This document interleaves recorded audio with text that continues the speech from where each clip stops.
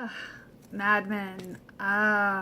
Good Lord. They got the mad part right because it is maddening. Um, it was a bit confounding for me because, I like layers and levels, but this show to me, especially in the first few seasons, kind of jumped around a lot. It was choppy in its delivery. The flow was not seamless, in my opinion. The execution and delivery were oftentimes a bit awkward to me. More times than not, it was almost like the actors weren't giving their 100% sometimes. But this is just was my feeling off of it. Too many times I was left feeling, as if I, as the viewer, were not in on the joke or privy to the conversation. The believability factor was really lacking, in my opinion. The whole thing, like right off the bat, in that first episode with Pete Campbell and Peggy. And I mean, on her first day, he makes her cry on her first day, right?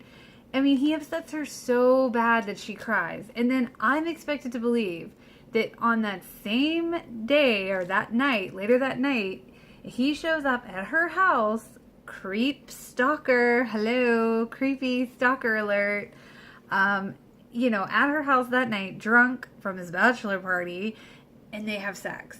Like, I understand that it's the 60s. I understand that, things were very different back then. But even back then, that was very hard for me to believe that she would just be like, oh, hey, you totally upset me at work today on my first day, and you're showing up at my house unannounced in the middle of the night, knowing where I live, and you want to have sex with me.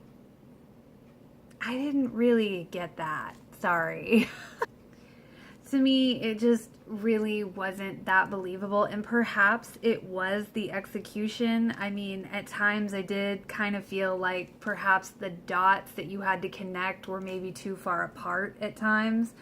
So I don't know, it could have been the execution, but that whole storyline I just really didn't really believe, honestly. And I will just say, this show I feel is targeting a very specific demographic. And as a woman that was not born in the 60s and well after all of that, I have to say thank you to the ladies that burned their bras because, oh my God, there were a lot of scenes throughout this entire series that were very difficult to get through. And, to my female sensibilities being born in the 80s, that was just, I mean, this stuff is like, I mean, you knew that it went on. If you have any knowledge of the history in that era, you knew that it went on. You knew the oppression of women back then, and before, and, everything like that. But it's still hard to watch this show because in a nutshell, this show does not romanticize the 60s and any stretch of the imagination whatsoever. It's pretty overwhelmingly offensive at some points to my female sensibilities because this show generally glorifies a time when men could basically just treat women however they wanted to and get away with it without the woman really having much recourse in that. And there was a lot of deplorable things going on and in general, but this show and some of the scenes, it's really hard to swallow. So even though I can't say that I was overwhelmed with this show, but I will say this, even people that I've talked to that like this show even admit that these people are kind of horrible people on the show. I went ahead and kept watching it because honestly it became a mission to me to find not only what people like about this show, but also, or at the very least, find some redeeming qualities in these characters. Because I'm not going to review something unless I know the whole story. So I really set out on a mission to see if there were, in fact, redeeming qualities about these characters. This show really takes you through it. I mean, it takes the emotions and it's disbelief, confusion, anger. It's just this show really takes you through it. At least it did for me. I was, I think I have to say, in a funny note, I think the only thing they got right in the 60s was that you could drink at work to some degree. And Lord, did these people drink. Oh my God, these people drank so much it made my liver hurt. Then it got to the point where I was like, shoot, if you can't beat them, join them. It made me need a drink throughout just to get through this show. Although probably the most wild thing about them drinking at work, I have to say, when that uh, one of the receptionists ran over the guy's foot on the riding lawnmower in the office. That was crazy. Oh my God. So see, I guess that's why we don't drink at work anymore. Accidents happen. I will say one of the things that was quite interesting about this show was the fact that when Betty was going to the therapist or the psychiatrist, and the psychiatrist was allowed to divulge the ongoings of him and Betty's sessions to Dawn. That was really shocking to me because I guess they didn't have patient confidentiality with women if they were married, which is just mind-blowing to me. So that was one of those things that was really hard to take. I was just like, oh my God, what? The other things like the devil's standards, Don can screw whoever he wants, but he gives Betty crap about wearing a bikini. It's just crazy things. I swear it's like animals and children and women weren't safe back then. And kind of looking at the deplorable nature of these admin. They, when that receptionist died, the assistant died, and they threw a blanket over her instead of dealing with it like decent human beings would. Yeah, that was just really crazy to me. I mean, the shock factor on this show is real because it's like, it kind of took it to the next level in certain ways, like with things like that. It's like, when you just call 911, but they don't want to upset the clients now. I think there is such a thing as being too nonchalant. That whole, like, what was it, the thing about little woman feeling blasé or her feeling down or something like that. Give her electroshock therapy. That was a WTF moment if there ever was one. I think, and honestly, for me, it really took too long for me to get a solid basis of these characters' foundations. Because honestly, by the end of the first season, I still felt lost on each of these characters' foundations. And in my opinion, it took till about season 7 to get these characters starting to seem like somewhat slightly decent human beings. But I can say that I really did appreciate certain aspects of this show, and specifically the historical aspects of this show were really cool. I thought that was a really nice, it was really cool how they did the historical aspects through the 60s on this show, so that was pretty cool. So instead of going season by season or episode by episode, I'm just kind of point out things that I noticed about each of the characters that stuck out to me the most throughout the series.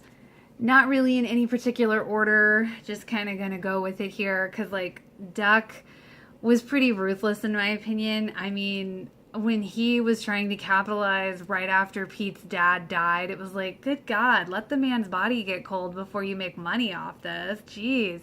And then when he released his dog into the city, I was just like, you know what? I'm done with you. I'm done.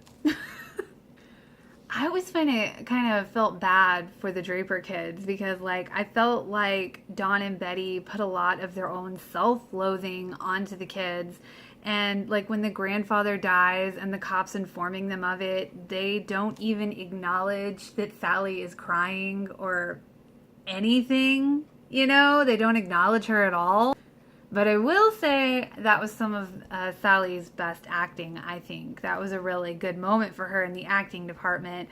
It was kind of crazy, though, at times how it seemed like Dawn was almost better with the kids than Betty. I felt bad for the kids a lot because they were always being dismissed, but then Don and Betty were dismissive to each other, so I guess that was kind of just the cycle with them. I have to say, one of the guys that absolutely just annoyed me to no end, I really could not stand Pete Campbell. The more the show progressed, I seriously detested him more and more, it felt like. Then when his dad dies, you kind of get a look into the environment that created him. It's messed up as all get out, but it's not really an excuse nonetheless. I mean, it is a choice to be who you want to be.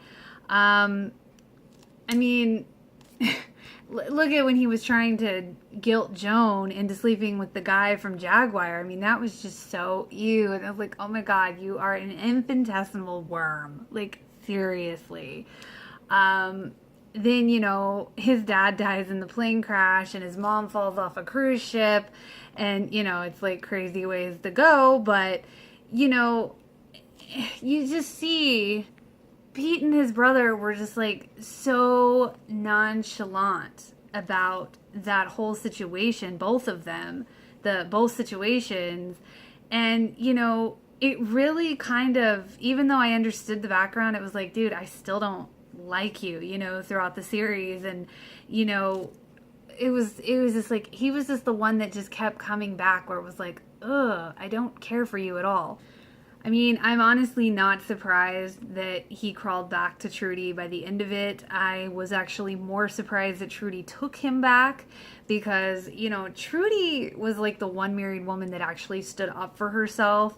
And I think the best line she had in the whole series was, oh, if you so much as drop your fly to take a piss, I'll destroy you. It's like, I really respected her for that because she put his butt on notice. And it's like, but I was still surprised that she took him back. Like, honestly, that was more of a surprising thing. But I respected Trudy for standing up for herself. Even though Peggy was kind of like a main character, I really got annoyed with Peggy because, oh my God, she confounded me. She was very unusual. Horrible fashion sense. Although I do respect that she didn't keep her baby with Pete because, hello, that would have been weird. But I like that she didn't want to trap him into being with her. And honestly, she kind of dodged a bullet on that one, I think. When Peggy told Dawn that she was leaving, I liked that part because the look on Dawn's face was hysterical because it was like, what? You mean I'm actually not getting what I want for once? It was kind of nice. Although, when she did leave and she only had a thermos and a mug to take with her after practically living in that office for all that time, I was kind of shocked because and she didn't say goodbye to anyone, and it really spoke volumes about her character and personality of the character. Lou, I just have a few words. He was an idiot. He was just annoying to me. Oh, but real side note, going back to Peggy, her ending up with Stan was kind of weird yet good. I guess they worked together. It was something you kind of saw coming, but at the same time I was like, no. And then when they ended up together, I was like, I don't know how I feel about that. Oh, and sorry, let's go back to Pete real quick. I do have to mention how Pete's own mother said that he was sour and unlovable.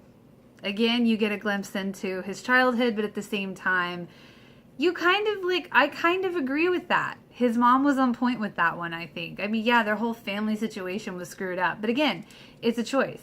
You don't have to be that way. Ted Shaw and Bob Benson were cool people, and it was a nice change. They were a nice change from the parade of awful. Price, he seemed like the more civilized, decent human being on the show, and I get why Dawn let him go, but it was still pretty awful. It was pretty kind of heartless in my opinion. Joan was probably one of the best characters. She was a powerhouse character, and I loved her, and she was awesome, even despite that she really did sleep with someone to get ahead, but you know what? That wasn't her, wasn't her idea. I loved when she defended Marilyn Monroe. That was great. She really did take a lot of crap. Her character took a lot of crap, and I hated her husband. Ugh, I hated him. I loved it when she told Peggy to stop dressing like a little girl. That was a good moment. It was hard to watch the scene where her husband basically raped her in the office due to his own insecurities. It was like, oh my God, this is insane. I did appreciate when she finally admitted, later on that he's not a good man. I was like, good, excellent. I knew you knew that. And I absolutely love when Dawn admitted that Joan scares the shit out of him. I was like, thank you. See, strong women do intimidate men. Speaking of that, let's talk about Roger. Roger was unusual because he was I really did not like him at the beginning, but he oddly was more likable as the show progressed, which surprised me. Dawn, when Dawn when Dawn was helping Roger's wife to the chair, and Roger accused Dawn of sleeping with his wife because Roger had hit on Betty in their house, before. And it was like, wow, okay, so it's nice to know he has a guilty conscience, or he has a conscience, right? But that one part where Roger was like, after 25 years, my wife doesn't deserve anything. She's not entitled to anything. She's lucky she's getting anything. I was like, huh. It's crap like that women after, started taking men for everything because they're making up for all the crap women didn't get before. It's like, ooh, man, it was one of those, she's not entitled to anything. Excuse me. She helped you build your life, dude. Back it up. Okay. It's ironic that the first real time I started to think Roger was a really nice guy is when he was sitting with Sally at the awards banquet. And then Sally walks in on him getting a BJ. Moment over. But, again, it's still, like I said, it was weird because as time progressed, his charm came out, and I was like, okay, he's not that terrible. And when his daughter ran off to the commune, it was almost like you did feel bad for him, but at the same time, it was kind of like karma, maybe. Sally was a brat to me there for a little bit, but, then with her parents being the way they were, I couldn't really blame her. When she got her period, it seemed like Betty was really happy about that, and I kind of got first is like, oh, maybe it's mother-daughter bonding, and then I was like, no, it's probably because she's like, oh, good, you get to be miserable like me now, too, because, oh, Betty, she is a hot mess. Betty just seemed always so cold, and, she had her moments where, when she called Sally Jane Fonda when Sally was freaking out about Glenn joining the military. I thought that was funny. Betty and Glenn's relationship, though, was always very inappropriate to me. That always felt really weird. It's funny because I was glad when Betty did get her some strange... in that one episode, because God, what was it? Her 1 to Dawn's 1,000. Sometimes it was a tug of war between who I hated more, Dawn or Betty, and then you come to really realize that Betty was just very unhappy. She never really got to discover who she was. So that's something that becomes very apparent as you watch the show. It was good that her and Dawn, it was weird but good that her and Dawn stopped hating each other at the end. It always did strike me funny as that it seemed like Betty was more concerned with other people's kids than her own. It was almost like, oh, well, I did such a good job with my kids, I don't have to worry about them, So that was I think an example of her, delusion, I guess, in a way. But when Henry's mom said to Henry, well, I see what you see in Elizabeth, but you could have gotten that without marrying her, I was like, ooh, mic drop, wow. It's always like Betty was a cross between a bitch and being misunderstood because she never really got the opportunity to find herself. It was just kind of sad that it took her, getting cancer and on the verge of dying to become nicer, I guess. But hey, stranger things have happened, I guess. Oh, and Don Draper, the biggest hot mess of all. I swear to God, I don't even know where to start with this guy. Well, first off, Don isn't even Don. So I think that's my theory on why when he's asked point blank, you know, with Betty about the cheating, he looks her in the face and he's like, no, I'm not cheating. Because in his mind, he's thinking, well, I'm not really Don, so I'm not really cheating, you know? Dick's not cheating, you know? So I have to say maybe that's kind of the idea they went with there. And I did hate seeing women just like cater to him and like just it's just like, oh, I hated that. I think with the whole secret identity thing, I think he kept that box in the house because I think part of him wanted to get caught, and the only reason he admitted it is because he got caught. I know one of the first things near the beginning of the series and when he skipped out on his kid's birthday, and it's like, dude, if you want to have a mental breakdown, like, could you have it when you don't have people over? Like, I understand that he had a crappy childhood, but honestly, that's really no excuse to be a shitty person. And I really felt like he was justifying his shittiness with his bad childhood. And there's really no excuse for that because, again, it is a choice. That's just my opinion. It always seemed like Don, it was ironic because it seemed like he didn't want to spend time with the family that he created to get away from the family that he was running from. To me, Don was running pretty much his whole life, and he was running in the beginning of the show, and he kind of still was at the end. I mean, not really the same way he was before. It's like the Bobby Barrett affair didn't really make much sense to me. But then when her husband kind of called Don out, it was like, oh, okay, that was nice. That was a nice little thing. I considered Don to be like the absentee father, husband, and employee because he was always leaving somewhere. It was, you know, like it was funny because him and Betty were like so childish to one another, but then as you watch it, you understand why. I liked Rachel Menken because she seemed to be like one of the only people that had like a moral compass, and you know, she said it at least, you know, Don is a child, a coward who just wants to run away. So I appreciated that. Although I think Don became the slightest bit more human after divorcing Betty. But just the slightest ever. Not very much, but just the slightest bit. It was nice, but a little unnerving when he was really, really happy with Megan at the beginning of their relationship.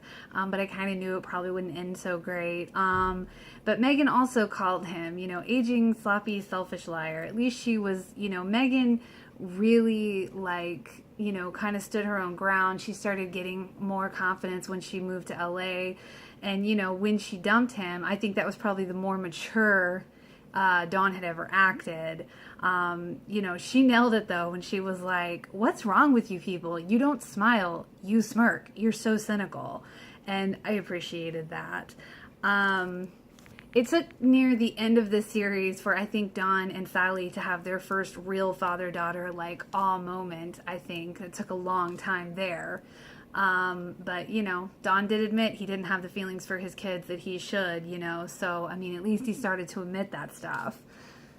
At times, it was really hard to watch a show because in most shows there is a balance of good and bad. And this show, it just felt like there was a lot of just horrible people who were kind of all dead inside.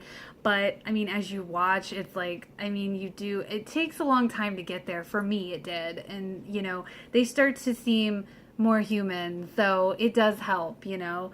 I will say this show definitely drives home the point that people need to be held accountable, because if you're not held responsible for your actions, honestly, the maturity factor is all but lost.